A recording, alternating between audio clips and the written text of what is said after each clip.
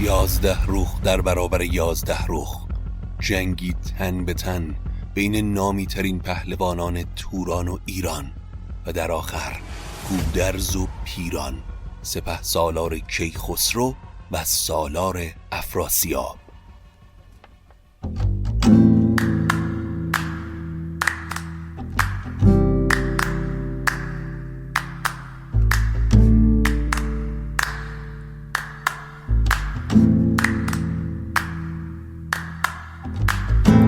اگه حالت گرفته است، چشات پف کرده و خسته است، پاشو چای دم کن، کیک تو فرن بشین و گوش کن به داستامین و فن.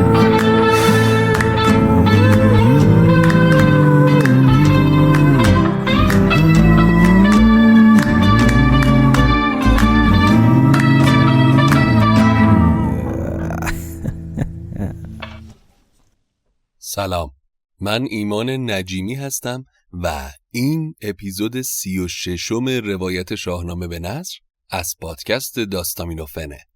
داستامینوفن پادکستی که من داخل اون برای شما قصه میگم.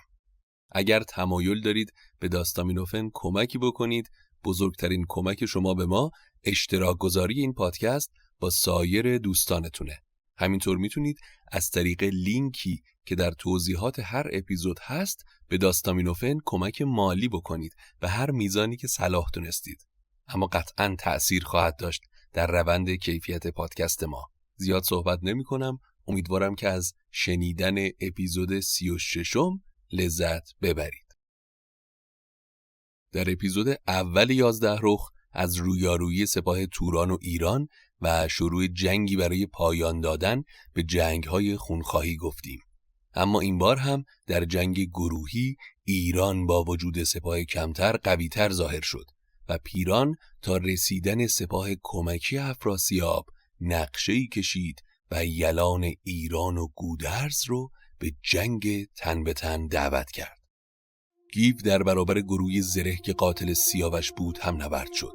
فریبرز با کلباد یا کلباد پسر دیگه پیران، روحام با بارمان، گرازه با سیامک، گرگین با اندریمان، بیژن با رویین پسر پیران، زنگه شاوران در برابر اوخاست، برته یا برته با کهرم، فروهل با زنگله.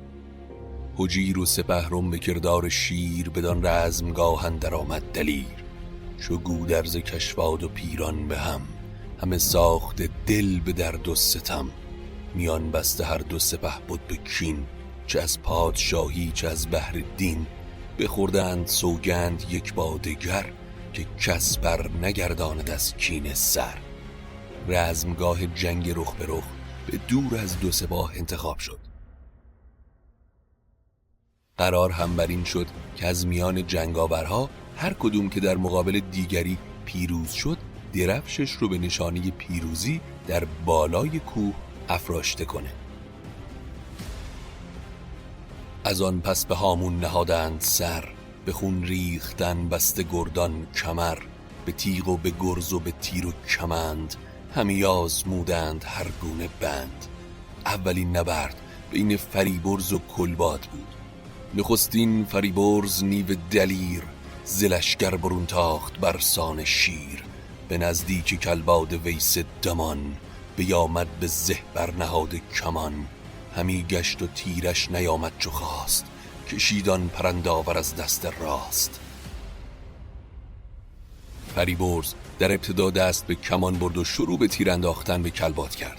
اما وقتی دید تیر و کمان اون سلاحی نیست که به دلش باشه، شمشیر کشید و به سمت کلباد تاخت. اما کلباد تا اومد به خروش بیاد و ضربات شمشیر فریبرز رو دفع کنه، برآورد و زد تیر بر گردنش. به دو نیم شد تا کمرگه تنش.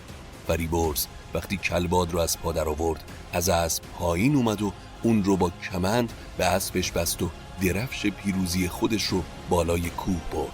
خروش شادی از سپاه ایران بلند شد. نبرد دوم بین گروه زره از توران و گیو پهلوان از ایران بود. چشم همه ایرانی ها به دنبال انتقام از گروه زره بود. چرا که اون کشنده سیاوش بود. گیو هم از ابتدا گروی رو برای نبرد انتخاب کرد تا بتونه خودش انتقام سیاوش رو ازش بگیره. سناندار نیزه ز چنگ سوار، فرو ریخت از هولان کارزار. کمان برگرفتند و تیر خدنگ، یک اندر دگر تاخته چون پلنگ. همی زنده بایست مر گیو را، که از اسپ اندر آرد گو نیو را. چونان بسته در پیش خسرو برد، ز ترکان یکی هدیه نو برد. دو پهلوان در ابتدا با نیزه به جنگ با هم پرداختند. گیو پهلوان در مقابل گروی دیو پیکر. اما وقتی نیزه چاره کار نشد، کمان به دست گرفتن و همدیگر رو تیرباران کردن. خون و عرق به چهره دو پهلوان می‌دوید، اما هیچ کدوم پا پس نمی‌کشیدن. کار گیو سخت‌تر بود، چرا که اون گروی رو زنده می‌خواست تا با دست بسته به اردوی ایران ببره و تحویل خسرو بده. گروی زره کمان رو تا نزدیک گوش کشید، اما چو گیو اندر آمد گروی از نهیب، کمان شد ز دستش به سوی نشیب. گیو آنچنان قرشی کرد و به سمت گروی اومد که دست گروی لرزید و کمان از دستش افتاد. پس سریعا دست به کمرش برد تا شمشیرش رو بکشه، اما گیو دلاوری بود که لحظه‌ای غفلت رو به روش کافی بود تا برگ جنگ رو برگردونه. عمودی بزد بر سر و ترگ اوی، که خون اندر آمد ز تارک بروی. همیدون ز زین دست بگذاردش، گرفتش به بر سخت بفشاردش. که بر پشت زین مرد بی توش گشت، ز اسپ اندر افتاد و بیهوش گشت. فرود آمد از بار جنگی پلنگ، دو دست از پس پشت بستش چو سنگ. گیو گروی رو بر روی زین چنان با دو دست گرفت و فشار داد که از هوش رفت و بعد اون رو دست بسته به سمت اردو برد و درفش خودش رو بر روی کوه برافراشت. پس تا اینجای کار 2-0 به نفع سپاه ایران. این بازیکنای چغر بد بدن که سابقه پیروزی در مسابقات بین‌المللی زیادی رو داشتن از قبیل چین، ماچین، توران، روم.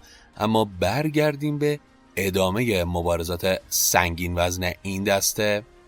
سومین نبرد بین گرازه از ایران و سیامک از سپاه توران بود.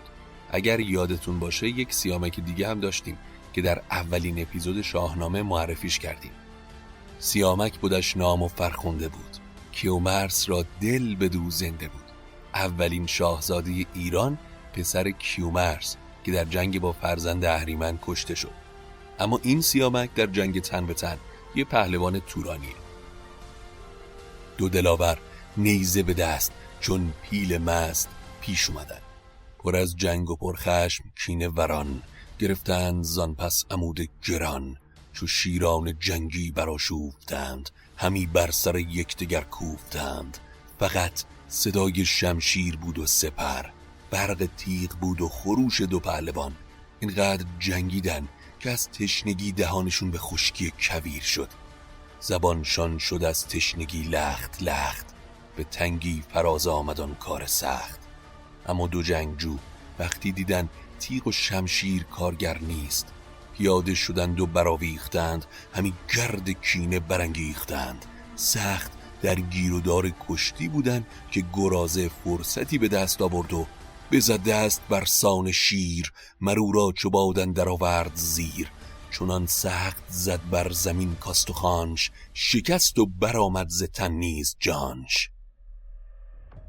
گرازه یک پیروزی دیگه هم برای ایران برمغان آورد و درفش پیروزیش رو با شادی بالای کوه برافراشت.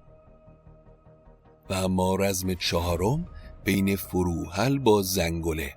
فروهل در سپاه ایران در سواری و تیراندازی مانند نداشت. چو از دور ترک دوژم را بدید، کمان را به زه کرد و اندر کشید. برآورد زان تیرهای خدنگ، گرفته کمان رفت پیشش به جنگ. یکی از تیرها از ران سوار رد شد و به اسب رسید. زنگله از زین اسب به پایین افتاد. به روی اندر آمد تکاور ز درد، جدا شد از او زنگله روی زرد. نگون شد سر زنگله جان بداد، تو گفتی همانا ز مادر نزاد. فروهل فرو جست و ببرید سر، برون کرد خفتان رومی زبر. نبرد چهارم هم به سود ایران شد، اما نبرد پنجم رهام دلیر بود در برابر بارمان. به پنجم چو رهام گودرز بود که با بارمان و نبرد آزمود. کمان برگرفتند و تیر خدنگ، برآمد خروش سواران جنگ. دو پهلوان کمان به دست روبروی هم قرار گرفتن و باران تیر هوا رو سیاه کرد. کمانها همه پاک بر هم شکست، سوی نیزه بردند چون باد دست. هر دو جنگاور نبردای زیادی رو پشت سر گذاشته بودن و فرصت خطایی روبروی هم نداشتن. سرعت و قدرت این جنگ تن به تن اینقدر بالا بود که کوچکترین اشتباهی سر جنگجوی مقابل رو به باد میداد. دو جنگی و هر دو دلیر و سوار، هوشیوار و دیده بسی کارزار. هر دو به دور هم میگشتن و با شمشیر حمله میکردن و با سپر دفع، که رهام یک بار چرخی زد و یکی نیزه انداخت بر ران اوی، که از اسب اندر آمد به فرمان اوی. جدا شد زباره همانگاه ترک، ز اسب اندر افتاد ترک سترگ. به پشت اندرش نیزه زد دگر، سنان اندر آمد میان جگر. رهام بارمان رو با سر و پای آویخته به زین اسب بست و درفشش رو به قله کوه افراشت. نبرد ششم نبرد بیژن عاشق پیشه بود با رویین پسر پیران. ششم بیژن گیو و رویین دمان، به زه برنهادند هر دو کمان. این دو پهلوان هم وقتی با تیر و کمان به جایی نرسیدن، دست به گرز بردن و در جنگ با گرز بیژن قطعاً برتری داره، چرا که پسر گیو و نوه گودرزه. پس تا فرصتی رو پیدا کرد چنان با گرز به سر رویین کوبید، زد از باد بر سرش رومی ستون. فرو ریخت از ترگ او مغز و خون، به زین پلنگ اندرون جان بداد، ز پیران ویسه بسی کرد یاد. پس از پشت بار در آمد نگون، همه تن پر آهن دهن پر ز خون. پیران بعد از دست دادن برادرهاش، حالا با کشته شدن پسرش هم دوباره عزادار شد. اما نبرد هفتم میان هژیر پسر دیگه گودرز و سپهرم بود. برون تاخت هفتم ز گردان هژیر، یکی نامداری سواری هژیر. سپهرم ز خویشان افراسیاب.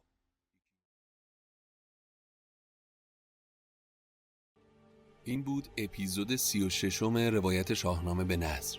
امیدوارم که از شنیدنش لذت برده باشید و ممنون که گوش کردید. اگر تمایل دارید به داستامینوفن کمکی بکنید، این پادکست رو به اشتراک بذارید، حتما کمک بزرگیه. و یه لینکی هم هست در توضیحات هر اپیزود که اگر تمایل داشتید به ما کمک مالی بکنید، اون لینک بسیار جای مناسبیه. به هر میزان که صلاح دونستید میتونید در پروژه شاهنامه به نثر با ما سهیم باشید و ما رو برای تولید پادکست های با کیفیت تر همراهی کنید. تا اپیزود بعدی، خدا نگهدارتون.